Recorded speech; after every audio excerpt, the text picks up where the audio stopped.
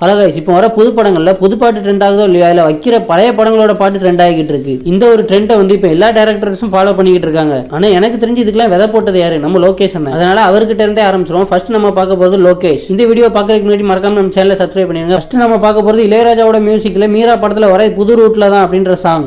புது ரூட்ல தான், நல்ல ரூட்ல தான். அடுத்து ஏஆர் ரகுமானோட இசையில என் சோச காட்டுறே அப்படின்ற படத்துல வர ஜும்பலக்கா ஜும்பலக்கா மியூசிக் யூஸ் பண்ணிருப்பாரு.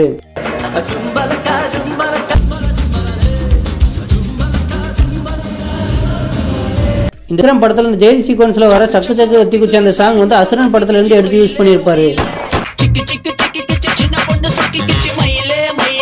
ஃபீல்டுல இல்லாத மன்சூர் அலிக்கான திரும்பி எல்லாரையும் பார்க்க வச்சதே அந்த ஒரு படம் தான். அதுக்கடுத்து நம்ம பார்க்க போறது லியோ படம்.